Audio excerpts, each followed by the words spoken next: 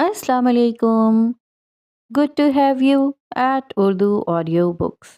حاضر خدمت ہے نور بانو کا ناول میرے مہر ماہ، ایپیسوڈ 3. وہ بی جان کے پاس بیٹھا ان کے پیروں کو اپنی گود میں رکھ کر نہایت محبت اور نرمی سے دبا رہا تھا. ارے پتر، کیوں خود کو ہلکان کرتا ہے؟ مت بگاڑ میری عادتیں. انہوں نے شفقت سے کہتے ہوئے اپنے پیر کھینچنے چاہے.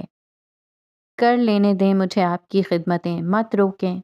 آپ کو نہیں معلوم، اتنے سال آپ سے دور پردیس میں آپ کا یہ لمس میں نے سب سے زیادہ یاد کیا ہے. میر آہل نے ان کے پیروں پر اپنی گرفت مضبوط کرتے ہوئے عقیدت سے کہا. تو رک جا پتر. اس التجا میں مان تھا، آس تھی، محبت تھی.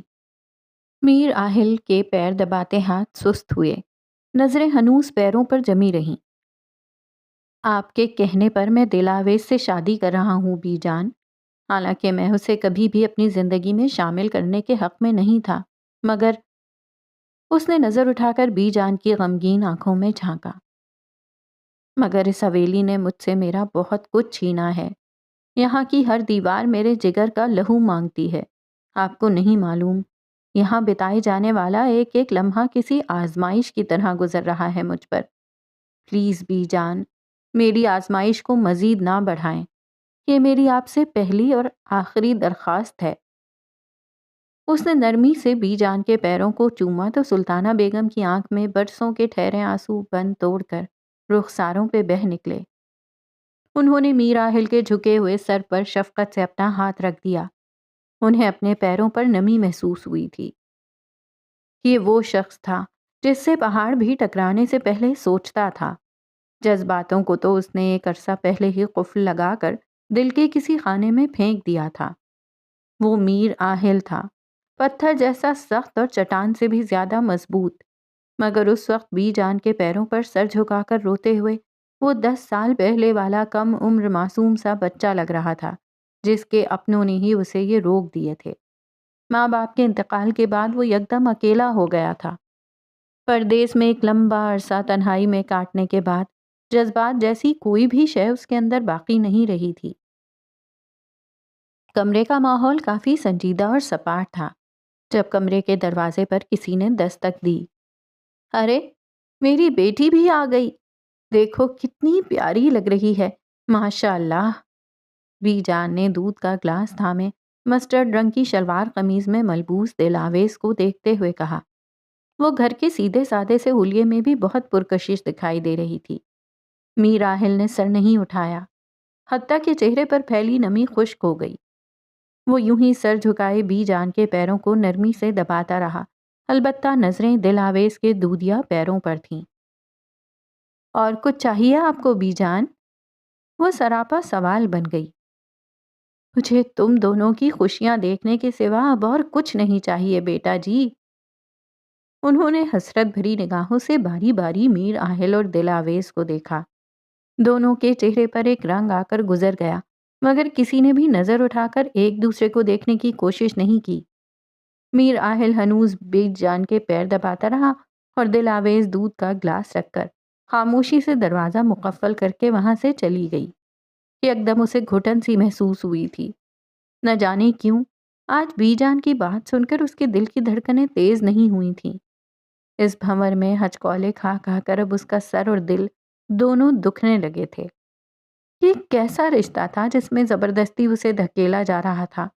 نہ چاہنے والا احساس کیا ہوتا ہے یہ اسے اب سمجھ آنے لگا تھا. کل اس شخص کے ساتھ اس کا نکاح تھا جس شخص کی زندگی میں اسے زبردستی شامل کیا جا رہا تھا. کل کے بعد زندگی بالکل بدلنے والی تھی. کمرے میں کافی اندھیرا تھا. اس نے دیوار پر ہاتھ مار کر بٹن آن کیا تو کمرہ تیز روشنی میں نہا گیا. وہ کمرہ مقفل کر کے پلٹا ہی تھا کہ سامنے نہ جانے کہاں سے ریما اس کے کمرے میں نمودار ہوئی. آہل کے تاثرات سخت ہوئے اور لب سختی سے بھنج گئے. رات کے اس پہر میرے کمرے میں کیا کر رہی ہو تم؟ اس نے برفیلے لہجے میں کہا تو ریما کی رنگت پھیکی پڑی. وہ میں آپ کے کمرے کا جائزہ لینے آئی تھی کہ کہیں کسی چیز کی کمی تو نہیں. اس نے تھوک نگلتے ہوئے کہا، مگر در حقیقت اس کا مارے خوف کے برا حال ہو رہا تھا۔ یہ امی بھی نہ جانے کیسی کیسی خرافاتی ترکیبیں لاتی ہیں شادی توڑوانے کے، اور بھی بہت سے طریقے تھے، مجھے پتا نہیں کیوں اس بھوکے شیر کے آگے ڈال دیا۔ یا اللہ مدد! ریما نے دل ہی دل میں اپنی ماں زلیخا کو کوسا۔ آہل کی خون رنگ آنکھیں کمرے میں ہی جان پیدا کر رہی تھیں۔ نکلو میرے کمرے سے! یہ کہتے ہوئے میر آہل نے ہینڈل نیچے کیا ہی تھا کہ اسے زور کا جھٹکا لگا۔ کسی نے کمرے کا دروازہ باہر سے بند کر دیا تھا۔ اس نے یقین دہانی کرنے کے لیے ہینڈل کو سختی سے ایک بار پھر نیچے کیا، مگر دروازہ نہیں کھلا۔ اس نے دانت پیستے ہوئے دروازے کو زور سے پاؤں سے ٹھوکر ماری اور مٹھی بھینچتے ہوئے ریما کو خون رنگ آنکھوں سے دیکھا۔ بتاؤ، کس مقصد سے آئی تھی تم یہاں؟ وہ غصے سے چلایا تھا۔ وہ میں… ریما ڈر کے مارے 2 قدم پیچھے ہٹی۔ دروازے کے پیچھے سے دبی دبی سی آوازیں ابھریں۔ کسی نے ہینڈل نیچے کیا اور ہلکی سی چرچراہٹ کے ساتھ دروازہ کھلا۔ آئیے میر صاحب، آپ کو میری بات کا تو اعتبار نہیں تھا، تو اب اپنی آنکھوں سے دیکھ لیں اپنے پیارے بھتیجے کے کرتوت۔ زلیخا دندناتے ہوئے کمرے میں ایسے داخل ہوئی جیسے پولیس چور کو پکڑنے کے لیے پوری تیاری کے ساتھ چھاپا مارتی ہے۔ آپ بھی آنکھ کھول کر دیکھ لیں بی جان، آپ کا پوتا شادی تو دلاویز سے کر رہا ہے، مگر رات کے اس پہر میری بیٹی کو بھی ورغلا رہا ہے۔ زلیخا نے کینہ توز نظروں سے بی جان کو دیکھا اور پھر ایک نظر پیچھے کھڑے دلاویز، جو مسلسل دوپٹے کے کونے کو مروڑ رہی تھی، کو دیکھا اور شیطانی سا مسکرائیں۔ اور آپ سب چوروں کی طرح آنکھیں بند کیے ہوئے ہیں، مگر میر صاحب اتنا یاد رکھیں کہ میں اپنی بیٹی کو اس طرح رسوا نہیں ہونے دوں گی۔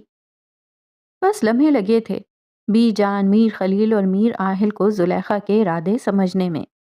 میر آہل جو کھینچے ہوئے تاثرات لیے کھڑا تھا، یک دم ڈھیلا پڑا اور بے نیازی سے کان کی لو مسلی۔ تو آپ کیا چاہتی ہیں؟ میر خلیل نے پرسکون انداز میں زلیخا سے استفسار کیا۔ میر آہل نے آئی بروز اچکائیں۔ بی جان نے بھی رخ موڑ کر میر خلیل کے چہرے کو ٹٹولا، مگر وہاں ایک نرم سا تاثر تھا۔ میں؟ میر صاحب، میں ایک ماں ہونے کی حیثیت سے یہ چاہتی ہوں کہ جو داغ… نظر موڑ کر میر آہل کو دیکھا جو اب بالکل شانت اور بے نیاز سا نظر آ رہا تھا۔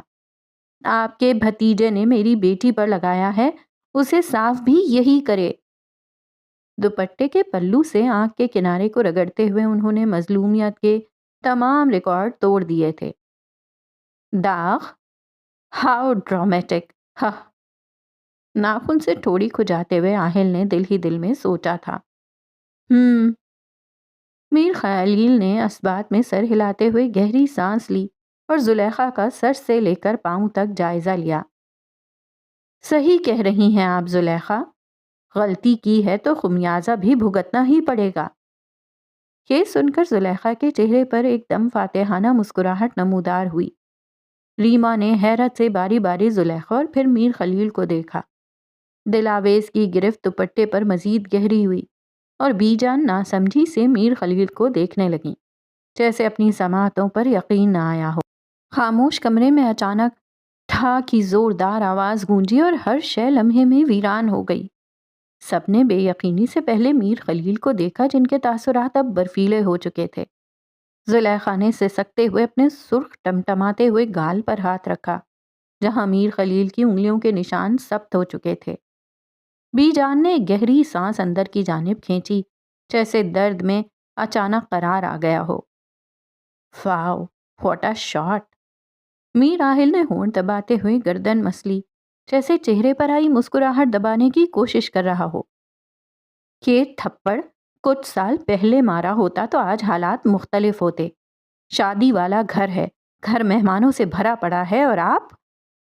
انہوں نے شرمندگی سے الفاظ ادھورے چھوڑ دیے اور ایک ملامتی نظر زلیخا پر ڈالتے ہوئے کمرے سے فوراً باہر نکل گئے۔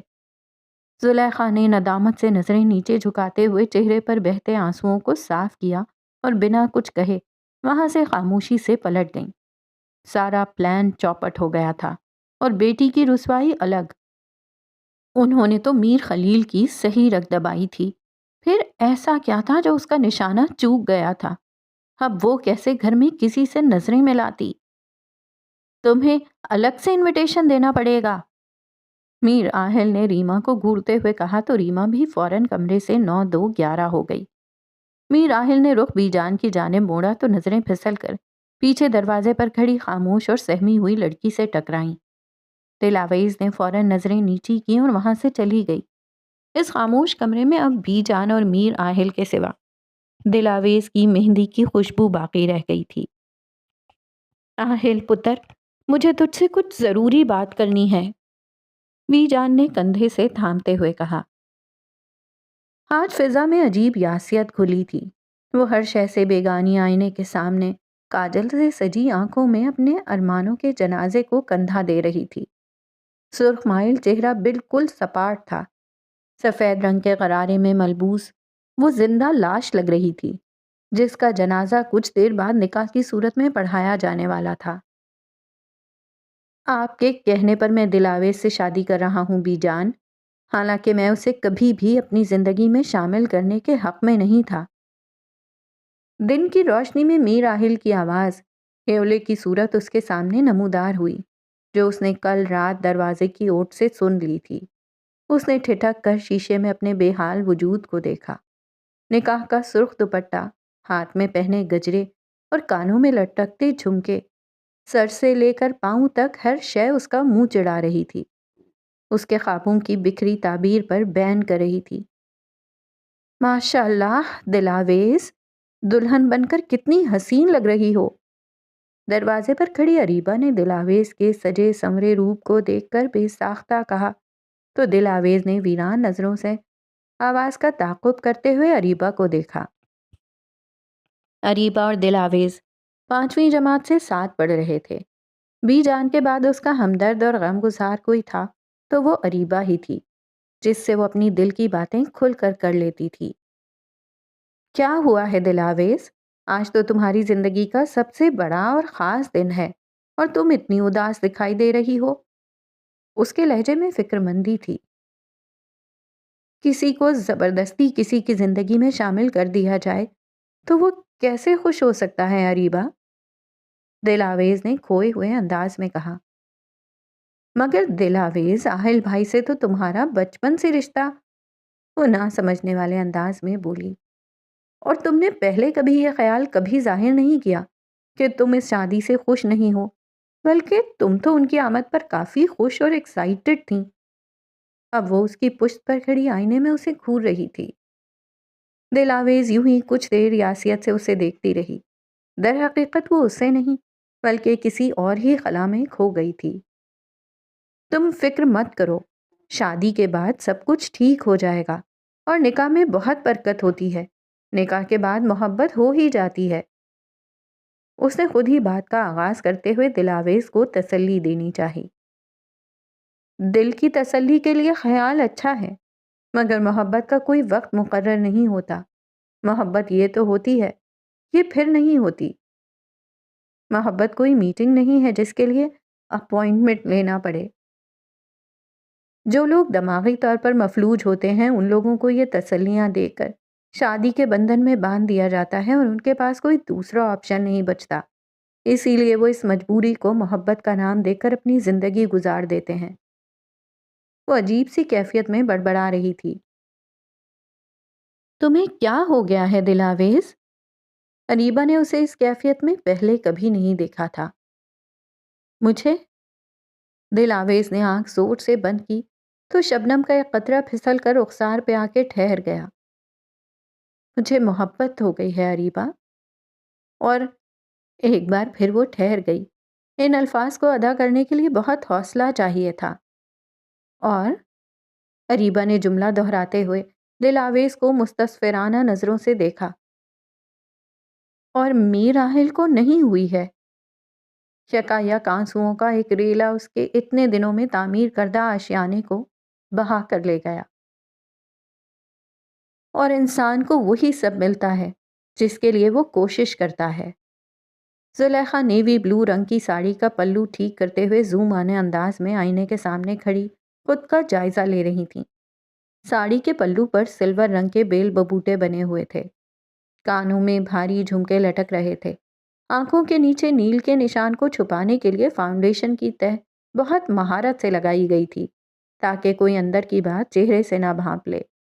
زلیخا نے اپنی تیاری کو اختتامی مراحل میں ڈالتے ہوئے ایک آخری نگاہ شیشے میں دیکھتے ہوئے خود پر ڈالی۔ کوشش ہی تو جیت کی پہلی سیڑھی ہوتی ہے۔ وہ چہرے پر گہری مسکان سجائے مہمانوں سے ملتی، مصافحہ کرتی آگے بڑھ رہی تھیں۔ کل رات والے واقعے کے آثار چہرے سے بالکل غائب ہو گئے تھے، جیسے کچھ ہوا ہی نہ ہو۔ وہ کافی مطمئن اور خوش نظر آ رہی تھیں۔ کہتے ہیں فیصلوں کا اختیار ہمیشہ انسان کے ہاتھ میں ہوتا ہے۔ انہوں نے انگلی سے دروازے پر ہلکی سی دستک دی اور اجازت کی منتظر دروازے کو گھورنے لگیں۔ وہ میر خلیل کی بیوی تھیں، وہ شخص جو ان کی رضامندی سے ان کی زندگی میں شامل نہیں کیا گیا تھا، مگر پھر بھی وہ ان کے ساتھ زندگی گزارنے پر مجبور تھیں، اور اب وقت آ گیا تھا کہ وہ زلیخا میر خلیل بن کر اپنے سارے حق ادا کرتیں۔ نیکی اور بدی، یہ دو راستے ہیں۔ چاہے تو نیکی کو چن کر صراط مستقیم پر چلو، یا پھر بدی کو اپنا کر نیکی کو مات دو۔ مگر بی جان، آپ تیار ہو گئیں تو چلیں، سب آپ کے منتظر ہیں۔ وہ معنی خیز انداز میں مسکرائیں۔ اس مسکراہٹ میں بہت کچھ تھا، اتنے سالوں کی عداوتیں، یاسیت اور ایک انجان سا تاثر۔ بی جان بستر پر سرہانے سے ٹیک لگائے بیٹھی تھیں، گویا کسی کی منتظر ہوں، کیونکہ طبیعت کی ناسازی نے ان کے جسم کو کمزور کر دیا تھا۔ ارے زلیخا بہو، تم؟ مجھے لگا دل آویز آئی ہے، پھر یاد آیا میری بچی کی تو آج شادی ہے، وہ تو تیار ہو رہی ہوگی۔ ایک مدت انتظار کیا ہے اپنی بچی کو دلہن بنتے دیکھنے کا، آج جا کر وہ خواہش پوری ہوگی۔ انہوں نے اچانک یاد آنے پر مسکرا کر کہا۔ اس مسکراہٹ میں ایک نرم سا تاثر تھا، جیسے کل رات والا واقعہ یا قصہ بھول بھال گئی ہوں۔ جی بی جان، صحیح کہا آپ نے، کچھ خواہشات بڑی دیر سے پوری ہوتی ہیں۔ وہ زمین کو چھوتا پلو پیچھے سے سمیٹتے ہوئے قدم بقدم چلتی بستر کے قریب آئیں۔ اور کچھ خواہشات؟ جھک کر بستر پر رکھا تکیہ اٹھایا اور جھکی گردن کے ساتھ نظر اٹھا کر بی جان کے جھریوں سے ڈھکے چہرے کو دیکھا۔ کبھی پوری نہیں ہوتی۔ بی جان نے مستفسرانہ نظروں سے زلیخا کو دیکھا اور بس لمحے لگے تھے انہیں سمجھنے میں، مگر تب تک بہت دیر ہو چکی تھی۔ مگر نیکی کو کبھی کوئی مات دے سکا ہے بھلا؟ کچھ خواہشوں کی تکمیل انسان کو قبر تک پہنچا دیتی ہے۔ وہ بی جان پر جھکی تکیے سے ان کا منہ دبائے ٹھہر ٹھہر کر کہہ رہی تھیں۔ افسوس بی جان، آپ کا صبر کبھی ختم نہیں ہوگا۔ بی جان کی آنکھیں آہستہ آہستہ سرخ ہونے لگیں۔ زلیخا کے الفاظ ان کے سینے میں پیوست ہو رہے تھے۔ دل آویز کو دلہن بنا دیکھنے کی آپ کی یہ خواہش خواہش ہی رہ جائے گی۔ آج بی جان آپ ناانصافی نہیں کر سکیں گی میرے ساتھ، میری بیٹی کے ساتھ۔ زلیخا کے چہرے پر ایک پراسرار سی مسکراہٹ نمودار ہوئی۔ بی جان کے کمزور ہاتھ سائڈ ٹیبل کے شیشے کو پوری قوت سے تھپ تھپا رہے تھے۔ تکیے پر دباؤ مزید بڑھا، سانسیں اندر ہی کہیں الجھ کر رہ گئیں۔ آنکھوں میں زندگی کی جوت بجھتی ہوئی محسوس ہوئی اور یکدم جسم ٹھنڈا پڑ گیا۔ بس اتنی سی دیر لگتی ہے روح کو جسم چھوڑنے میں، اور انسان اس جہاں سے اس جہاں منتقل ہو جاتا ہے۔ بی جان کا مزاحمت کرتا ہاتھ ایک دم پہلو میں جا گرا۔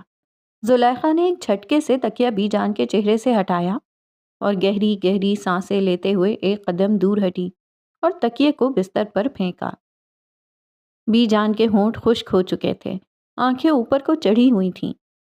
زلیخا نے بی جان کا پہلو میں جھولتا ہاتھ آہستگی سے اٹھا کر بستر پر رکھا۔ بی جان کی کھلی ہوئی آنکھیں زلیخا کے اندر انتشار پیدا کر رہی تھیں۔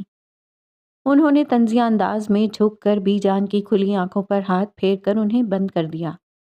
اللہ آپ کو میرے ساتھ کی گئی زیادتیوں کے لیے معاف کرے بی جان۔ وہ نفرت آمیز لہجے میں بڑبڑائی اور حقارت سے ان پر ایک آخری نگاہ ڈالی۔ دروازے پر پڑتی مسلسل دستک نے دل آویز اور اریبہ کی گفتگو میں خلل ڈالا تھا۔ دل آویز نے فوراً ہتھیلی سے گال پر بہتے آنسوؤں کو صاف کیا۔ اندر آ جائیں۔ اس نے دروازے کو دیکھتے ہوئے آواز میں بہتی نمی کو خشک کرنے کی کوشش کی۔ دل آویز بی بی، قیامت آ گئی ہے۔ ملازمہ اندر آتے ہی پریشانی سے بولی۔ خیریت ہے؟ کیا ہو گیا اچانک؟ دل آویز کے ماتھے پر بل پڑے۔ چند لمحے پہلے والے غمگین تاثرات کا اس کے چہرے پر شائبہ تک نہ تھا۔ غم کی جگہ فکر مندی نے لے لی تھی۔ دل آویز بیبی، وہ بی جان۔ ابھی جملہ ملازمہ کے حق میں تھا کہ دل آویز فوراً اٹھی اور بی جان کے کمرے کی طرف لپکی۔ اس کے پیچھے اریبہ اور ملازمہ بھی بی جان کے کمرے کی جانب دوڑی تھیں۔ حویلی یکدم سناٹوں کی زد میں آ گئی تھی۔ ہر ایک کی آنکھ اشکبار تھی۔ کمرے کے نزدیک پہنچتے ہی دل آویز کے قدم سست ہوئے۔ راہداری میں کچھ مہمان کھڑے افسوس اور تلخی کے ملے جلے تاثرات لیے دل آویز کو دیکھ رہے تھے۔ بیچاری، اب کیا ہوگا اس کا؟ آہل تو سنا ہے 2 دن بعد واپس جا رہا ہے۔ کسی نے افسوسناک لہجے میں آہستگی سے سرگوشی کی تھی۔ یہ تو ہے ہی منحوس، اپنے ماں باپ تک کو چھوڑا نہیں اس نے۔ ایک عجیب سے احساس نے اس کے دل کو آ گھیرا تھا۔ کمرے سے زلیخا کے بین کرنے کا شور آ رہا تھا۔ وہ غرارے کو پہلو سے اٹھائے بمشکل کمرے کا دروازہ دھکیل کر اندر داخل ہوئی تھی، اور اسے لگا کسی نے 7 کے 7 آسمان ایک ساتھ اس کے اوپر ڈھا دیے ہیں۔ گجرے پہنے ہاتھ یکدم پہلو میں جا گرے تھے۔ جب خاموشی بھی خاموشی اختیار کر لے تو آنکھ سے بہتے آنسوؤں کا احساس بھی سماعتوں کو شور کی طرح چبھنے لگتا ہے۔ وہ خراما خراما صدمے کی کیفیت میں چلتی بستر کے نزدیک آئی، جہاں بی جان کا ٹھنڈا جسم چادر کی اوٹ میں رکھا ہوا تھا۔ جب روح جسم کو چھوڑتی ہے تو ایک شور برپا ہوتا ہے۔ اس شور میں دم توڑتی زندگی کی خاموشی سنی ہے کبھی؟ وہ خاموشی اتنی اذیتناک اور جان لیوا ہوتی ہے کہ انسان کے دماغ کی شہرک پھاڑ دیتی ہے۔ خوشی کے ماحول میں پراسراریت سی چھا گئی۔ جہاں شادیانے بجنے تھے وہاں صفے ماتم بچھ رہے تھے۔ یہ سب کیسے ہوا؟ جب وہ بی جان کو بلانے آئی تھی تو دیکھا کہ وہ بیچاری کتنی بدنصیب ہے۔ دل آویز کی سماعتیں تمام سرگوشیوں سے بے نیاز ہو گئی تھیں۔ منظر سے ہر ایک شخص غائب ہو گیا تھا۔ وہ آج ایک بار پھر سے یتیم و مسکین ہو گئی تھی۔ ہائے بی جان، کتنی جلدی چلی گئیں آپ ہم سب کو چھوڑ کر۔ زلیخا دونوں ہاتھوں سے اپنا سر پیٹتے ہوئے بولی۔ میر خلیل جو نم آنکھوں سے یہ منظر دیکھ رہے تھے یکدم ہمت کرتے ہوئے بولے، جلالی، بی جان کے جنازے اور تدفین کے انتظامات دیکھو۔ کہتے ہی میر خلیل نے ساتھ کھڑے آہل کی جانب نظر اٹھائی، جس کا چہرہ سپاٹ مگر آنکھوں میں صدیوں کا کرب سمٹ آیا تھا۔ لب سل گئے تھے مگر آنکھیں ماتم کر رہی تھیں۔ جب کوئی مر جائے تو محض وہ ایک شخص نہیں مرتا، اس شخص سے جڑا ہر شخص مر جاتا ہے۔ جلالی، رکو۔ آہل نے ضبط سے آنسوؤں کو آنکھ کے کنارے پر ٹھہراتے ہوئے جلالی کو مخاطب کیا۔ جی چھوٹے میر صاحب۔ جلالی جاتے جاتے رکا اور ادب سے سر کو خم دیتے ہوئے بولا، بی جان کی تدفین کی تیاری ہمارے نکاح کے بعد ہوگی۔ لمحے بھر کی خاموشی۔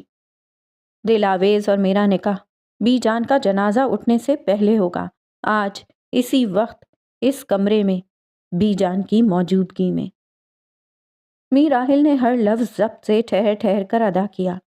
زلیخا نے حیرت سے گنگ پھٹی پھٹی نظروں سے میر آہل کو سر تا پاؤں دیکھا، جیسے اسے سننے میں غلطی ہوئی ہو۔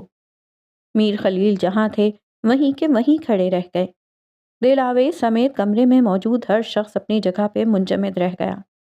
میر آہل کا لہجہ اس قدر مضبوط تھا کہ میر خلیل چاہتے ہوئے بھی مداخلت نہیں کر سکے۔ وہ اس انداز کو بخوبی پہچانتے تھے۔ وہ فیصلہ کر چکا تھا۔ اس خاندان کے مرد ایسے ہی تھے، لمحوں میں فیصلے کرتے تھے، چاہے پھر خمیازہ جو بھی بھگتنا پڑے۔ دل آویز نے پلکیں اٹھا کر سامنے کھڑے اس مغرور شخص کو دیکھا تھا۔ میر آہل کے پشت پر کھڑکی سے چھن کر آتی سورج کی روشنی پھوٹ رہی تھی۔ بظاہر مضبوط اور خاموش دکھنے والے اس شخص کی آنکھوں میں کرب اور یاسیت کا ایک طوفان بپا تھا۔ اور جو لوگ یہ کہتے ہیں نا کہ مرد روتا نہیں ہے، وہ غلط کہتے ہیں۔ نمی کا بوجھ دل آویز کی پلکیں اٹھا نہیں پا رہی تھی، اور اب دیکھنے کو رہ بھی کیا گیا تھا۔ آگے سب کچھ ایک دم سلو موشن میں ہوتا محسوس ہوا۔ کسی نے اسے سہارا دے کر پاس رکھے صوفے پر بٹھایا تھا، کسی نے نکاح کا لال دوپٹہ اس کے سر پر اڑھایا تھا۔ ایک مضبوط اور مستحکم سا شخص اس کے پہلو میں آ کر بیٹھا تھا۔ سماعتوں میں قاضی کی سوال کرتی آواز ٹکرائی تھی۔ اس نے خود کو قبول ہے کا ورد کرتے سنا تھا، اور پھر باقی تمام آوازیں اور سرگوشیاں دم توڑ گئی تھیں۔ زلیخا کی مزاحمت و مداخلت، لوگوں کی طرح طرح کی باتیں اور خاندان کی سوال کرتی آنکھیں، سب پس منظر میں اوجھل ہو گئے تھے۔ باقی رہ گیا تھا تو میر آہل، دل آویز اور کان کے پردے پھاڑ دینے والی طویل اور گہری خاموشی۔ رات کا تیسرا پہر تھا۔ جب ہوا کا تیز جھونکا کھڑکی کے پٹ سے ٹکرایا تو پردے پھڑپھڑانے لگے۔ وہ اچانک کچی نیند سے ڈر کر اٹھی تو دیکھا کہ کمرہ زیرو لائٹ کی ہلکی سی زرد روشنی میں ڈوبا ہوا ہے۔ دل آویز نے ارد گرد کمرے کی در و دیوار کا جائزہ لیا تو اسے اندازہ ہوا کہ یہ اس کا کمرہ نہیں ہے۔ میر آہل سفید رنگ کی شلوار قمیص میں ملبوس، دنیا سے بے خبر، کھڑکی کے سامنے رکھے صوفے پر بے نیازی سے سو رہا تھا۔ چاند کی روشنی میں بھیگا اس کا چہرہ بے حد معصوم لگ رہا تھا۔ کچھ گھنٹے پہلے والا منظر اس کی آنکھوں کے سامنے کسی فلم کی طرح چلنے لگا۔ وہ نورانی سا سرد چہرہ، لوگوں کی سوال کن آنکھیں اور زلیخا چچی کی ملامت کرتی صدائیں، مگر ان سب چیزوں میں ایک چیز اور بھی تھی جس نے آج تنہا ہو جانے کے بعد بھی دل آویز کو تنہائی کا احساس نہیں ہونے دیا تھا۔ وہ تھا میر آہل کا ساتھ۔ وہ محض ساتھ نہیں تھا، وہ دل آویز کی مصیبت میں آڑے آ جانے والی ڈھال تھا، اس کی کل کائنات تھا۔ وہ گھٹنے پر ٹھوڑی ٹکا کر بازوؤں کو گھٹنوں کے گرد حمائل کرتے ہوئے سامنے کھڑکی سے نظر آتے جھلملاتے چاند کو دیکھنے لگی۔ آنسوؤں کے چند قطرے بستر کی سلوٹ میں گم ہوئے۔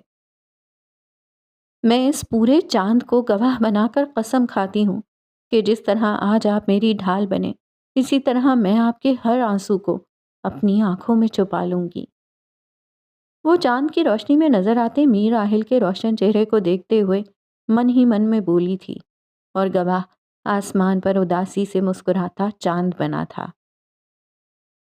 وہ روتے روتے کب دوبارہ خواب خرگوش میں اتری پتہ ہی نہیں چلا، اور رات کا تیسرا پہر آخری مرحلوں میں منتقل ہونے لگا۔ رات کا گہرا اندھیرا صبح کی روشنی سے آہستہ آہستہ ملنے لگا۔ ہوئے اٹھ کر بیٹھا میر آہل کی تو میر آہل کی نگاہیں سامنے بستر پر دراز دل آویز پر بے ساختہ جا کر ٹھہر گئیں۔ کسی نے ٹھیک ہی کہا تھا کہ دو وقتوں کے ملنے کا پہر بہت خوبصورت ہوتا ہے۔ وہ بے ساختہ سا دل آویز کو دیکھتا ہی چلا گیا، یہاں تک کہ صبح کا اجالا رات کے اندھیرے کو مکمل طور پر چیرتے ہوئے پورے آسمان پر پھیل گیا۔ وہ کوہنیاں گھٹنے پر ٹکائے، دونوں ہاتھوں کو باہم جوڑتے ہوئے انگلیاں ہونٹوں سے لگائے پورے انہماک سے دل آویز کو ہر شے سے بے نیاز سوتے ہوئے دیکھ رہا تھا۔ لرزتی پلکیں، سرخ سبیح چہرہ اور گلابی متورم ہونٹ، رخسار پر رونے کی وجہ سے آنسوؤں کی لکیریں تھیں، جیسے وہ پوری رات نیند میں بھی روتی رہی ہو۔ دل آویز کروٹ پر یوں لیٹی ہوئی تھی کہ اس کے لمبے گیسو جیسے چمکدار بال تکیے سے پھسل کر بستر پر بکھر گئے تھے۔ میر آہل کے دل میں بے ساختہ اس کے بالوں میں اپنی انگلیاں پھنسانے کی خواہش جاگی تھی۔ وہ صوفے سے اٹھا اور کھوئے ہوئے انداز میں چلتے ہوئے بستر کے سرہانے تک آ کر رک گیا۔ دل آویز کی کروٹ اس کی جانب تھی، اتنے نزدیک سے اس کا نازک سراپا مزید دلکش اور خوبصورت لگ رہا تھا۔ وہ دل آویز پر جھکا تو ایک مسحور کن سی خوشبو اس کے دل و دماغ کو تقویت دینے لگی۔ ابھی اس کا ہاتھ ہوا میں ہی تھا کہ دروازے پر کسی نے آہستہ سے دستک دی۔ میر آہل کا فسوں ٹوٹا اور دل آویز کی نیند بھی۔ میر آہل کا دل آویز کے بالوں کو چھوتا ہاتھ رکا اور رخ سائڈ ٹیبل پر رکھی گھڑی کی جانب مڑ گیا۔ دل آویز کو کچھ سمجھ آتا اس سے پہلے ہی وہ خود کو سنبھال چکا تھا۔ میر آہل کو اپنے سر پر کھڑا دیکھ کر دل آویز ٹھٹکی، پاس رکھا دوپٹہ اٹھایا اور فوراً سے پیشتر اپنا حلیہ درست کرتے ہوئے بستر سے اتر گئی۔ اندر آ جائیں۔ میر آہل یوں ہی بلا وجہ ہاتھ میں پکڑی گھڑی سے الجھتے ہوئے بلند آواز میں بولا، چھوٹے میر، آپ کو اور دلاویز بی بی کو میر صاحب ناشتے پر بلا رہے ہیں۔ ملازمہ دروازے پر کھڑی کہہ رہی تھی، ان سے کہہ دیجئے کہ ہم تھوڑی دیر میں آتے ہیں۔ میر آہل نے گھڑی کے شیشے پر انگوٹھا پھیرتے ہوئے کہا اور ایک نظر پلٹ کر دلاویز کو دیکھا۔ وہ سہمی سہمی سی الماری کے پاس دوپٹے کے پلو کو مروڑ رہی تھی۔ 21ویں صدی میں بھی کوئی اس طرح سے پلو مروڑتا ہے؟ میر آہل نے اندر ہی اندر سوچتے ہوئے آنکھیں سکوڑ کر اسے دیکھا۔ اس نے گھڑی آہستگی سے واپس اپنی جگہ پر رکھی اور رسان سے چلتا ہوا الماری کے پاس آیا۔ دلاویز کا اوپر کا سانس اوپر اور نیچے کا نیچے رہ گیا۔ دل میں بہت سے خدشات ابھرے اور پھر میر آہل کی سنجیدہ سی آواز سماعتوں سے الجھی، مجھے کپڑے نکالنے ہیں۔ وہ سنجیدہ چہرہ لیے سینے پر ہاتھ باندھے تند مزاجی سے اس کی گھبراہٹ کو محسوس کرتے ہوئے بولا، ہاں کیا؟ دلاویز تذبذب کا شکار ہوئی۔ آپ اونچا سنتی ہیں؟ وہ سابقہ انداز میں کہتے ہوئے 2 قدم مزید آگے آیا۔ جی نہیں۔ وہ رستہ چھوڑتے ہوئے شرمندگی سے منمنائی، یہ شخص بہت عجیب ہے، بہت ہی عجیب۔ دلاویز نے اتنی دھیمی آواز میں کہا کہ اسے خود بھی سنائی نہیں دیا، مگر میر آہل کے کپڑے نکالتے ہاتھ ٹھٹکے۔ اس نے گردن ترچھی کر کے تھوڑے فاصلے پر کھڑی دلاویز کو دیکھا۔ آپ نے کچھ فرمایا؟ وہ سراپا سوال بن گیا، اور اس شخص کے کان بھی بہت تیز ہیں۔ اب کی بار اس نے سرگوشی کرنے سے بھی اجتناب کیا تھا۔ آپ پھر کچھ بولیں؟ میر آہل ہنوز بولا، دماغ بھی تیز ہے۔ وہ دل ہی دل میں کہتی محض لب کاٹتی رہ گئی۔ حویلی میں خاموشی کا پہرا تھا۔ بی جان کو گزرے ابھی 1 رات ہی گزری تھی۔ ملازم ایک ایک کرتے ناشتے کے لوازمات ڈائننگ ٹیبل پر رکھ رہے تھے۔ میر خلیل ٹیبل پر دونوں ہاتھ باہم پھنسائے سامنے رکھی تشتری کو گھور رہے تھے۔ بائیں جانب زلیخا بیٹھی تھی، صبر کے گھونٹ پیتی، کبھی دیوار پر لگی گھڑی تو کبھی پاس بیٹھے میر خلیل کے سپاٹ چہرے کو دیکھتی۔ ایک آتش فشاں تھا جس میں وہ جل بھن رہی تھیں۔ لاکھ کوششوں کے باوجود بھی وہ اپنے مقصد میں کامیاب نہیں ہو سکی تھیں۔ ہاں، آپ نے بالکل صحیح سنا ہے۔ آپ چاہ بھی نہیں سکتے اگر وہ نہ چاہے تو، اور کوششیں اگر نیک کاموں کے لیے کی جائیں تو کامیاب ہو بھی جاتی ہیں، اور جس کا نگہبان اللہ ہو تو اس شخص کے ارد گرد موجود ہوا بھی اس کی حفاظت کرتی ہے۔ ریما نیچے ناشتے کے لیے کیوں نہیں آئی؟ میر خلیل نے خاموشی چاک کی۔ وہ بیمار ہے، کچھ بخار تھا۔ وہ پانی کا گلاس لبوں سے لگاتے ہوئے بولیں، کیا؟ میری بیٹی بیمار ہے اور آپ مجھے اب بتا رہی ہیں؟ کیا ہوا ہے میری بچی کو؟ وہ پریشانی سے ٹیبل چھوڑ کر اٹھنے لگے۔ تب میر آہل اور دلاویز ڈائننگ روم میں ساتھ ساتھ داخل ہوئے۔ زلیخا نے کینہ تو اس نظروں سے دونوں کو باری باری دیکھا۔ میر خلیل اٹھتے اٹھتے رک گئے۔ گھبرانے کی بات نہیں ہے، میں نے دوا دے دی ہے، شاید بی جان کے انتقال کا غم لے لیا ہے۔ وہ دوبارہ اپنی کرسی سنبھالتے ہوئے بولیں تو میر خلیل بادل ناخواستہ دوبارہ بیٹھ گئے۔ ناشتہ سوگوار ماحول میں کھایا گیا۔ بھوک تو کسی کو بھی نہیں تھی، مگر سانس لینے کے لیے چند لقمے حلق سے اتارنا لازمی تھے۔ میر آہل نے بمشکل 2-3 نوالے حلق سے اتارے اور کھانے کی ٹیبل سے اٹھنے لگا، جب میر خلیل نے ہاتھ جھلا کر اسے دوبارہ بیٹھنے کا اشارہ کیا۔ وہ نیپکن سے ہونٹوں کے کنارے صاف کرتا دوبارہ کرسی پر بیٹھ گیا۔ آہل بیٹا، دلاویز کے کاغذات مکمل ہو گئے ہیں مگر کل کی ٹکٹ نہیں مل سکی، 1 ہفتے بعد کی ٹکٹ ملی ہے۔ وہ ابلے ہوئے انڈے کا ٹکڑا منہ میں رکھتے ہوئے بولے، کوئی مسئلہ نہیں چاچو۔ دلاویز رک کر پہلو میں بیٹھی آسمانی رنگ کی شلوار قمیض میں ملبوس نازک سے سراپے کو دیکھا۔ میری امانت ہے اور مجھے امید ہے کہ میری امانت کو آپ سنبھال کر رکھیں گے۔ میر آہل نے سامنے بیٹھی زلیخا کو اتنے ٹھنڈے انداز سے دیکھتے ہوئے کہا کہ پانی کے گھونٹ بھرتی زلیخا کا حلق پھر سے سوکھ گیا، کڑواہٹ اندر تک پھیل گئی۔ انہوں نے تکلیف سے پہلو بدلا اور دلاویز کا کپ میں چائے ڈالنے والا ہاتھ بھی ساکن رہ گیا۔ اس نے بہت مشکل سے چائے کا کپ اٹھا کر میر آہل کے سامنے رکھا اور نمکین پانی سے بھرتی آنکھوں کو اٹھا کر میر آہل کو ایسے دیکھا جیسے دنیا کی ہر شے اپنی ترتیب سے ہٹ گئی ہو۔ میر آہل نے اس کی نظروں کی تپش اندر تک محسوس کی تھی، صرف وہی تھا جو اس لمحے دل آویز کی نظروں کا ارتکاز سمجھ سکتا تھا۔ ان آنکھوں میں مقناطیسیت کی سی کشش تھی اور برسوں خود میں جلتی سے سکتی آگ کی تپش بھی۔ اسے اپنا آپ بہت وزنی محسوس ہوا، جیسے کسی اور کا بوجھ بھی اپنے ہی کندھوں پر اٹھا لیا ہو، مگر نہ چاہتے ہوئے بھی وہ بوجھ غیر آرام دہ نہیں لگا تھا۔ اس میں اپنائیت تھی، ایک عجیب کھنچاؤ تھا۔ وہ اٹھا، نیپکن کو آہستگی سے فولڈ کیا، کرسی کو کندھوں سے پکڑ کر آگے کو کھسکایا اور ایک آخری نگاہ دلاویز کی لرزتی پلکوں پر ڈالی۔ دلاویز نے خود کو اتنا مضبوط پہلے کبھی محسوس نہیں کیا تھا۔ ایک ایسا مرد جس کی زندگی میں وہ کسی انچاہی چیز کی طرح داخل کی گئی تھی، اس شخص کا ساتھ دلاویز کو اتنے تحفظ کا احساس دے گا، اس نے یہ کبھی بھی نہیں سوچا تھا۔ وہ بی جان کے بستر پر پاؤں سمیٹ کر ان کے تکیے کو باہوں میں بھینچے سوچ رہی تھی۔ تو جانتی ہے تجھ میں اور میر آہل میں مشترک کیا ہے؟ تم دونوں کی رگوں میں بہتا خون۔ ایک نرم سی آواز نے دلاویز کو اپنی جانب راغب کیا تھا۔ وہ آواز دلاویز کروڑوں میں بھی پہچان سکتی تھی۔ یہ خون بڑی بڑی دیواریں گرا دیتا ہے، بڑے بڑے پہاڑ اور چٹانوں سے ٹکرانے کی طاقت ہوتی ہے اس میں۔ چند دن پہلے اسی بستر پر بیٹھ کر بی جان نے اس سے کہا تھا۔ آج وہ نہیں تھیں مگر ان کی باتیں بالکل درست ثابت ہو رہی تھیں۔ وہ کبھی تجھ پر آنچ نہیں آنے دے گا۔ بی جان سامنے بیٹھی محبت سے دلاویز کو بول رہی تھی اور دلاویز بھیگی آنکھوں سے مسکراتے ہوئے ان کی باتیں سن رہی تھی۔ جن کو آپ سے محبت ہو وہ کبھی آپ کو تنہا نہیں چھوڑتے، مرنے کے بعد بھی۔ دلاویز ان کے احساس کو محسوس کر سکتی تھی۔ ان کا لمس آج بھی اس کے آنسوؤں سے تر رخساروں پر موجود تھا۔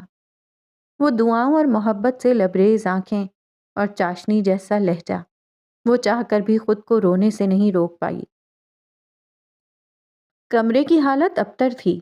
سیاہ رنگ کی ہائی ہیلز بے ترتیب انداز میں کاؤچ کے پاس پڑے تھے۔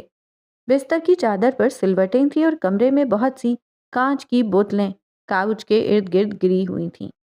کمرے کی فضا میں اے سی کی ٹھنڈک کے ساتھ ساتھ سگریٹ کی بو بھی پھیلی ہوئی تھی۔ سینٹر ٹیبل پر رکھا ایش ٹرے بھرا ہوا تھا اور چند بجھے ہوئے سگریٹ کے ٹکڑے ٹیبل پر پڑے ہوئے تھے۔ سامنے دیوار پر 50 انچ کا LED نصب تھا جس پر صرف ایک ہی شخص کی تصویریں سلائیڈ شو کی صورت رقص کر رہی تھیں۔ اینا اورنگزیب کاؤچ پر غیر آرام دہ انداز میں ٹیک لگائے، دونوں پیروں کو قینچی کی صورت سامنے رکھے ٹیبل پر پھیلائے بیٹھی تھی۔ ایک ہاتھ میں ریڈ وائن کا گلاس تھامے وہ مسلسل ٹی وی پر ابھرنے والے چہرے کو دیکھ رہی تھی۔ سرخ سبھی چہرے پر اداسی تھی، آنکھوں کا کاجل پھیلا ہوا تھا جیسے وہ وقفے وقفے سے روئی ہو۔ ناک اور آنکھیں ریڈ وائن کی طرح سرخ لال ہو گئی تھیں۔ اس نے پاس پڑے موبائل پر چند ہندسے دبائے اور فون کو لاؤڈ اسپیکر پر ڈالا۔ The number you have dialed is currently unavailable. Please try later. ایک مشینی آواز کمرے میں گونجی۔ اس نے طیش میں آ کر موبائل کو کھینچ کر زمین پر پھینکا۔ زمین پر گرتے ہی موبائل 3 حصوں میں تقسیم ہو گیا۔ اینا نے لال مایا اپنے حلق میں اڈیلا۔ بمشکل خود کو گھسیٹتے ہوئے اس نے سینٹر ٹیبل پر رکھے ریموٹ کو اٹھایا اور ریموٹ کا رخ LED کی جانب کرتے ہوئے اسکرین پر چلتے سلائیڈ شو کو پاز کیا۔ اینا لڑکھڑاتے ہوئے کاؤچ کی ہتھی کا سہارا لیتے ہوئے اٹھی اور دیوار پر لگی LED کے نزدیک جا کر کھڑی ہو گئی۔ آنکھوں میں عجیب سا خمار لیے وہ اسکرین پر نظر آتی میر آہل کی تصویر پر ہاتھ پھیر رہی تھی۔ اس تصویر میں میر آہل نے سیاہ رنگ کا فارمل سوٹ پہن رکھا تھا، ہاتھوں کو جیب میں مقید کیے، آنکھوں پر سیاہ چشمے ٹکائے، وہ ایک جاذب نظر شخصیت لگ رہا تھا۔ تم، میر آہل، تم صرف میرے ہو۔ اینا اورنگزیب مغرور انداز میں LED کی اسکرین پر انگشت شہادت رکھتے ہوئے نشے میں دھت بلند آواز میں بڑبڑائی، تم میرے سوا کسی کے نہیں ہو سکتے، اور اگر ہمارے درمیان کوئی بھی آیا۔ رک کر لبوں کو اسکرین سے لگایا اور دھیمے انداز میں مسکرائی، تو اینا اورنگزیب اسے فنا کر دے گی۔ اگلے ہی پل اینا اورنگزیب کی مسکراہٹ تلخ ہو گئی۔ وہ اسکرین سے سر ٹکا کر تصویر کو دیکھتی چلی گئی۔ آج شام میر آہل کی انگلینڈ واپسی تھی اور ایک ہفتے بعد دل آویز نے بھی انگلینڈ میں میر آہل کے پاس چلے جانا تھا۔ سب صحیح تھا، بی جان کی کمی اپنی جگہ، مگر درمیان میں حائل یہ ایک ہفتہ، بس یہ ایک ہفتہ بہت مشکل تھا۔ وہ باہر باغیچے میں ہلکی دھوپ میں ٹہل رہی تھی۔ گھر آئے مہمان ایک ایک کر کے رخصت ہو گئے تھے۔ حویلی بالکل خالی ہو گئی تھی، گنتی کے چند ملازم اور گھر والے بس۔ کیا بات ہے، شادی کے بعد تو تمہارا حسن مزید نکھر گیا ہے۔ دل آویز کو تنہا دیکھ کر کریم نہ جانے کدھر سے ٹپک گیا تھا۔ کچھ لوگ بہت ڈھیٹ ہوتے ہیں، جتنا بھی ذلیل کر لو باز نہیں آتے۔ دل آویز نے دل ہی دل میں تبصرہ کیا۔ وہ کم از کم آج کے دن اس کی کسی بھی بکواس کو سننا نہیں چاہتی تھی۔ وہ کریم کی جانب پشت کیے پھولوں کی کیاری کو دیکھتی رہی۔ تمہارا آہل تو جا رہا ہے آج، اب ایک ہفتہ تنہا یہاں کیا کرو گی تم؟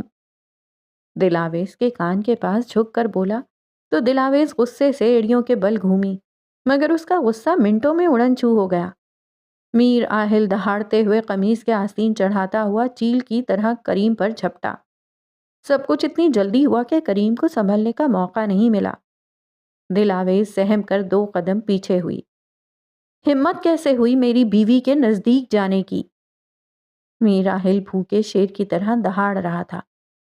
آہل نے کریم کو گدی سے پکڑ کے اس کے چہرے کو زمین کے قریب کیا۔ ملازم ہکا بکا کھڑے یہ منظر دیکھتے رہ گئے۔ ان میں سے ایک ملازم حویلی کی جانب بھاگا، شاید میر خلیل کو صورتحال سے آگاہ کرنے۔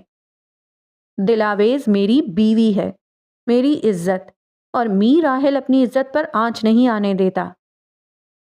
میر آہل کریم کے کان کے پاس جھک کر ایسے غرا رہا تھا، اگر میں بی جان کی جگہ ہوتا تو اس کے جسم کی ایک بھی ہڈی سلامت نہیں چھوڑتا۔ میر آہل کی خون رنگ آنکھوں میں دیکھتے ہوئے دل آویز کو یہ الفاظ یاد آئے تھے۔ آہل نے کریم کے پیٹ میں گھٹنے سے ضرب لگائی۔ کریم کراہنے لگا، مگر میر آہل نے اسے گدی سے دبوچ رکھا تھا۔ آہل بھائی معاف کر دیں، غلطی ہو گئی، آئندہ ایسے۔ کریم ملتجیانہ انداز میں بولا، مگر آہل نے بنا کچھ سنے اس کا منہ فوارے سے گرتے پانی میں دھکیل دیا۔ کریم مچھلی کی طرح پھڑپھڑانے لگا۔ اس کے دونوں ہاتھ فوارے کے درمیان قد کی دیوار پر جمے تھے۔ وہ مسلسل مزاحمت کرنے میں ناکام ہو رہا تھا۔ پلیز آہل، کریم بھائی مر جائیں گے، چھوڑ دیں انہیں۔ دل آویز کی آنکھیں لبالب آنسوؤں سے بھرنے لگیں، آواز کپ کپانے لگی۔ وہ سہمی ڈری سی میر آہل سے التجا کر رہی تھی۔ زلیخا چچی اور میر خلیل بھی ملازم کے خبر کرنے پر ننگے پاؤں باہر بھاگے تھے اور باغیچے کا منظر دیکھ کر ان کے احسان خطا ہو گئے تھے۔ میر آہل نے غصے سے لال ہوتی آنکھیں دل آویز کے سرخ صبی چہرے پر مرکوز کر لیں، اور دیکھتے ہی دیکھتے آس پاس کا منظر بدلتا چلا گیا۔ کریم کی گدی پر میر آہل کی گرفت اب بھی مضبوط تھی، مگر اسے لگا کہ وہ کبھی اپنی نظریں سامنے کھڑی روتی بلکتی لڑکی کے چہرے سے ہٹا نہیں پائے گا۔ ارد گرد ملازم، میر خلیل اور زلیخا چچی کی التجاؤں کی آوازیں سماعتوں میں اترنے سے پہلے ہی راستے میں غرق ہو گئیں۔ منظر میں حائل ہر شے دھندلی ہوتی گئی۔ کچھ واضح تھا تو صرف دل آویز کا معصوم چہرہ، دل آویز کی التجا کرتی آواز، اور یکدم میر آہل نے کریم کی گدی کو جھٹکے سے چھوڑا۔ ہر شے نارمل ہو کر اپنی جگہ پر آ گئی۔ میر آہل نے چہرے پر پڑی پانی کی چھینٹوں کو ہاتھ کی پشت سے صاف کیا۔ کریم ہانپتا ہوا لمبی لمبی سانسیں لیتے ہوئے زمین پر جا گرا۔ زلیخا فوراً کریم کی جانب لپکی اور زمین پر پنجوں کے بل بیٹھی اور کریم کے گیلے چہرے کو اپنے آنچل سے تھپ تھپانے لگی۔ ابھی کل تو اس منحوس ماری سے شادی نہیں کرنا چاہتا تھا، اور اب ایک دن میں ایسا کیا ہو گیا ہے کہ مرنے مارنے پر آ گیا ہے؟ ایک آتش فشاں تھا زلیخا کے اندر جو اب پھٹا تھا۔ زبان سنبھال کر بات کیجیے، میں دل آویز کے لیے ایسے الفاظ ہرگز برداشت نہیں کروں گا۔ میر راحل نے برفیلے لہجے میں خبردار کیا۔ اچھا، اگر زبان نہ سنبھالی تو کیا کرے گا تو؟ مجھے بھی جان سے مار دے گا؟ زلیخا کے صبر کا پیمانہ لبریز ہوا، وہ مزید ضبط سے کام نہیں لے سکتی تھی۔ زلیخا، خاموش ہو جاؤ، میر خلیل نے ہاتھ کے اشارے سے زلیخا کو ٹوکا۔ آپ اب بھی اس کی طرفداری کر رہے ہیں؟ زلیخا کے اعصاب بھاری ہوئے، اس سے مزید برداشت کرنا ناممکن سا لگ رہا تھا۔ جب اپنا ہی سکہ کھوٹا نکلے تو دوسروں سے کیا گلا کرنا؟ میر خلیل نے دونوں ہاتھ پشت پر باندھتے ہوئے کہا۔ کریم کو مجھ سمیت بی جان نے بھی خبردار کیا تھا مگر وہ باز نہیں آیا۔ آہل نے جو کیا بالکل ٹھیک کیا۔ میر خلیل کی بات پر آہل نے چونک کر ان کے تھکان زدہ چہرے کو دیکھا۔ میں مزید کچھ نہیں کہنا چاہتا، بی جان کو گزرے ابھی 2 دن بھی ٹھیک سے نہیں ہوئے ہیں۔ اس حویلی میں اب مزید کوئی تماشا میں برداشت نہیں کر سکتا۔ تحمل سے کہتے ہوئے وہ لان عبور کر کے پورچ میں کھڑی اپنی گاڑی کی جانب بڑھ گئے۔ ان کے ایک اشارے پر ڈرائیور بھاگتے ہوئے آیا اور پچھلی سیٹ کا دروازہ کھولا۔ شاید میر خلیل کھلی فضا میں سانس لینا چاہتے تھے، حویلی کی اداسی اور بدمزگی سے دور۔ میر خلیل کی گاڑی فراٹے مارتی ہوئی حویلی کے گیٹ سے باہر نکلی۔ زلیخا نے کریم کا بازو پکڑتے ہوئے ایک زہر آلود نگاہ دل آویز کے سراپے پر ڈالی۔ کاش بی جان کو مارنے کے بجائے اس منحوس ماری کو مار دیا ہوتا۔ اس کا بس نہیں چل رہا تھا کہ وہ دل آویز کو کھڑے کھڑے موت کی وادیوں میں پہنچا دے۔ میر راحل اندر جانے لگا جب اس نے زلیخا چچی کی نظروں کو دیکھا۔ وہ دل آویز کو قہر برسانے والی نظروں سے گھور رہی تھیں۔ نہ جانے کیوں وہ جاتے جاتے رکا اور دل آویز کا ہاتھ اپنے ہاتھوں میں لیا۔ دل آویز کی سانسیں ساکن ہوئیں، وہ بالکل بھی اس چیز کی توقع نہیں کر سکتی تھی۔ اس سمیت زلیخا اور کریم بھی میر آہل کی اس حرکت پر ہکا بکا رہ گئے۔ کسی کا خیال کرنا محبت کرنے سے زیادہ پیارا عمل ہے، اور محبت کی منزل تک جانے والی سیڑھیوں میں سب سے پہلی سیڑھی خیال اور پرواہ کی ہے، اور میر آہل اس سیڑھی پر اپنے قدم رکھ چکا تھا۔ محبت جادو نہیں جس کے لیے عمل کرنا پڑے، محبت ہنر بھی نہیں جسے سیکھنا پڑے، یہ جنون ہے جو اپنا سر پھرا خود چنتا ہے، یہ سکون ہے جو کسی کسی کو ملتا ہے، یہ آگ ہے جس آگ میں محض ایک عاشق چلتا ہے۔ دل آویز روئی کے بادل کی طرح کھنچتی چلی گئی۔ میر آہل اس سے ایک قدم آگے تھا، کسی مضبوط دیوار کی طرح۔ میر آہل نے اسے اپنی اوٹ میں چھپا لیا تھا۔ دل آویز کا ہاتھ اس کی گرفت میں تھا، یہ احساس دنیا کے باقی تمام احساسات پر حاوی تھا۔ وہ اس کے قدم پر قدم رکھتی اس کے پیچھے پیچھے چل رہی تھی۔ میر آہل کے ماتھے پر شکنوں کا جال بچھا تھا، بال بکھرے ہوئے تھے، چہرہ اب بھی سرخی لیے ہوئے تھا۔ قمیص کے آستین کوہنی سے ذرا نیچے تک فولڈ تھے، ہاتھ کی نسیں باقاعدہ دکھائی دے رہی تھیں۔ اس نے کمرے کا دروازہ کھولا اور دل آویز کو اتنی زور سے اندر دھکیلا کہ لمحے بھر کے لیے اسے کچھ سمجھ نہیں آیا۔ دروازہ مقفل کر کے وہ غصے سے ایڑیوں کے بل گھوما۔ دل آویز نے بمشکل خود کو سنبھالا تھا۔ میر آہل غصے سے فاصلہ طے کرتا اس کے نزدیک آیا اور وہ سہمتے ہوئے پیچھے دیوار سے جا لگی۔ کیا ضرورت تھی تمہیں حویلی سے باہر قدم رکھنے کی؟ تمہیں معلوم ہے نا کہ کریم باہر لان میں ہی پڑا رہتا ہے؟ وہ دبی دبی آواز میں چیخا۔ دل آویز اسے خطا آسانوں کے ساتھ دیکھتی رہ گئی۔ میں وہ ہچکچائی۔ خاموش! اس نے دل آویز کو بازوؤں سے بھینچ لیا۔ دل آویز کے لبوں سے سسکی نکلی مگر دل میر آہل کے نام کی سرگم پر رقص کر رہا تھا۔ میری آج انگلینڈ کی فلائٹ ہے، تمہیں اندازہ ہے تمہیں یہاں چھوڑ کر جانا کتنا بڑا رسک ہے؟ وہ تند مزاجی سے اسے دیکھتے ہوئے خفگی سے بول رہا تھا۔ رسک؟ میں اتنا عرصہ یہاں تنہا ہی رہ رہی تھی، پھر رسک کیسا؟ دل آویز نے دل ہی دل میں کہا، لب تو جیسے حرکت کرنا بھول گئے تھے۔ زلیخا چچی اور کریم کی موجودگی میں تمہیں احتیاط کرنی چاہیے۔ وہ ہنوز سابقہ انداز میں بول رہا تھا۔ زلیخا چچی اور کریم بھائی تو پہلے بھی تھے، اور دل آویز آنکھوں میں نمی سمیٹتے اسے سنتے سنتے بنا آواز کے کہہ رہی تھی، اوہ اچھا پہلے میر آہل نہیں تھا۔ وہ بھیگی آنکھوں سے مسکرائی، میرے بہت سے کام ہیں جس کی وجہ سے میں رک نہیں سکتا، مگر میں نے 2 دن بعد کی ٹکٹ بک کروا لی ہے، اب تمہیں 1 ہفتہ انتظار نہیں کرنا پڑے گا۔ اس کی گرفت دل آویز کے بازوؤں پر ڈھیلی پڑ گئی، پہلے کی بنسبت لہجہ بھی دھیما ہو گیا تھا۔ وہ اہم تھی، اس کی پرواہ کرنے والا بھی کوئی تھا، اب کوئی تھا جو اسے تحفظ فراہم کر سکتا تھا، اس کا ہاتھ پکڑ کر اندھیرے سے اجالے میں لا سکتا تھا، سرما کی دھوپ میں اس کے سر پر سائے کی طرح بکھر سکتا تھا۔ کیا آپ مجھے بی جان کی قبر پر لے جا سکتے ہیں جانے سے پہلے؟ وہ اچانک بولی۔ میر آہل نے چونک کر اسے دیکھا، وہ کیا بات کر رہا تھا اور دل آویز کیا بول رہی تھی؟ ہاں، اس نے حامی بھر لی۔ عجیب لڑکی ہے، مطلب میں جو بکواس کر رہا تھا اس نے ایک لفظ بھی نہیں سنا، سیریسلی؟ وہ خفا خفا سا خود سے کہنے لگا۔